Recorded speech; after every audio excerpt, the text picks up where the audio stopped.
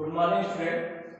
Today we discuss another topic of same chapter development, national development यानी राष्ट्रीय विकास। अब ये नेशनल डेवलपमेंट होता क्या है? अब तक तो हम डेवलपमेंट के अंदर गोल्स पढ़ रहे थे कि इंडिविजुअली डेवलप कैसे कर सकते हैं या कंट्री के डेवलपमेंट के बारे में क्या सोचते हैं। तो एक देश के डेवलपमेंट के बारे में जब सोचते हैं, जब देश हित पे बात आती है तो वो कहलाता है दैट्स कॉल्ड नेशनल डेवलपमेंट। मतलब कोई देश किन आधारों पे विकास कर सकता है।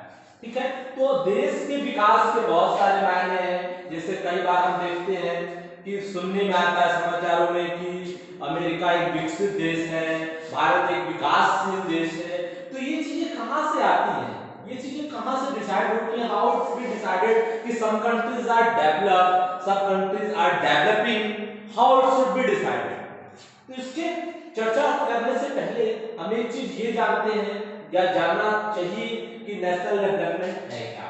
इसमें पहली चीज है डिफरेंट थॉट डिफरेंट मोटिव। अब यहाँ हमारी 130 करोड़ की आबादी है, 130 मिलियन पीपल इंडियन पॉपुलेशन। तो डिफरेंट वैल्यूएशन होगा, डिफरेंट गोल होगा। जैसे हमारे घर में भी बहुत सारे लोग हैं तो आपस में बहुत सारे वैल्यूएशन है। या सपोज करिए आपका क्लास है, आपके क्लास में अगर नंबर ऑफ स्टूडेंट 100 है तो सबकी एक राय नहीं हो सकती, सबकी एक क्यूरियोसिटी नहीं हो सकती। तो जैसे हम उनको अगर इक्वली उनकी बातों को सुने या उनको किसी गुण के आधार पे हमको छांटना हो तो किसी को हाइट के आधार पे छांटेंगे, किसी को कलर के आधार पे छांटेंगे, किसी को क्या कहते हैं टैलेंट के आधार पे। लेकिन नहीं, इससे क्या होगा कि वेरिएशन आएगा। तो हमें वो चीज देखनी है जिसपे बहुत सी चीजें वेरिएट हो सके, एक जगह मिल सके।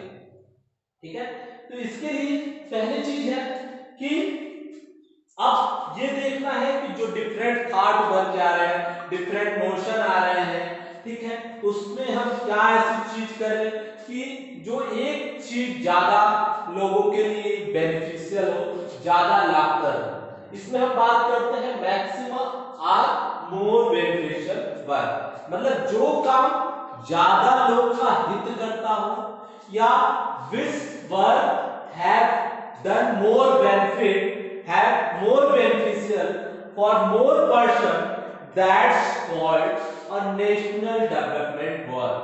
ठीक है, जैसे अगर हम बात करें जैसे रोड बन रहा है या नेशनल हाईवेज बन रहे हैं, तो नेशनल हाईवे किसी एक पर्सनल व्यक्ति के लिए नहीं होता है, किसी एक शहर के लिए पर्टिकुलर नहीं होता है, किसी एक गांव के लिए नहीं होता है।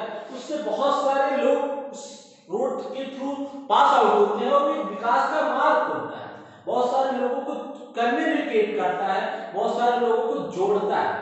ठीक है, उसके अलावा हम दो बेनिफिशियल वर्क भी देखें। जैसे कोई फैक्ट्री स्टैब्लिश की जाती है, ठीक है, जैसे मान लीजिए सपोर्ट करिए कि गैस उद्योग लगा रहे हैं, तो मान लीजिए हमें घरेलू गैस है, एलपीजी का डिस्ट्रीब्यूशन है, हर घर में आज गैस का बहुत सारा क्या कहते हैं यूटिलिटी है, बहुत सारा उपयोग है, तो उसके प्रोजेक्ट लगाने पड़ेंगे।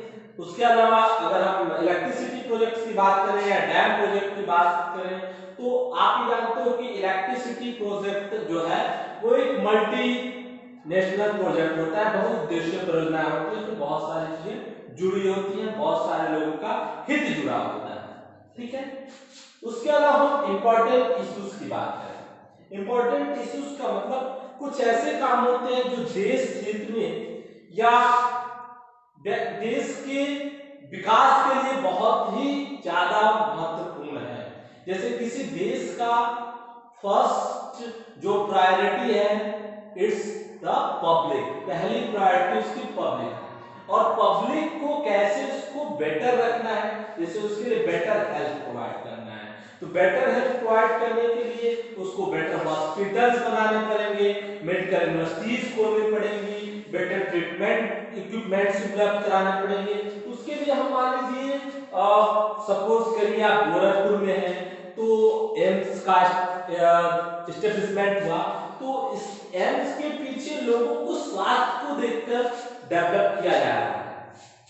ठीक है। उसके अलावा बहुत सारे चीजें हैं, जैसे मान लीजिए रिक्रिएशन के माध्यम, जैसे कई बार एक लेक को साफ किया जाता है, प्यूरिफाई किया जाता है, तो उसका मतलब बहुत सारे लोग क्या कर सकें, वहां पे जाके घूम सकें, वहां पे जाके एक हेल्दी और फ्री इन्वायरमेंट को फील कर सकें।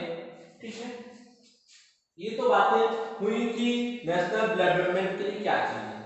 लेकिन एक बहुत बड़ी मेजर कॉल है, बहुत इंपॉर्टेंट इशू है, पर कैपिटा इनकम।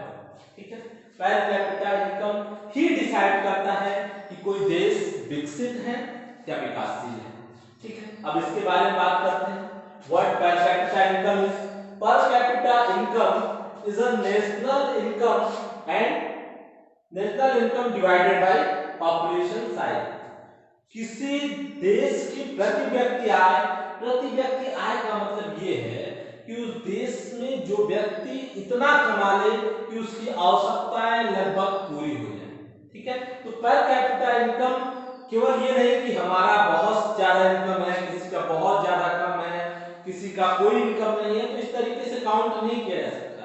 उसको काउंट करने का मेजरमेंट ये है कि जो टोटल पॉपुलेशन है और जो टोटल इनकम है, इनको डिवाइड करें तो हम पर कैपिटा इनकम क्या कर सकते हैं, नोन कर सकते हैं, जान सकते हैं।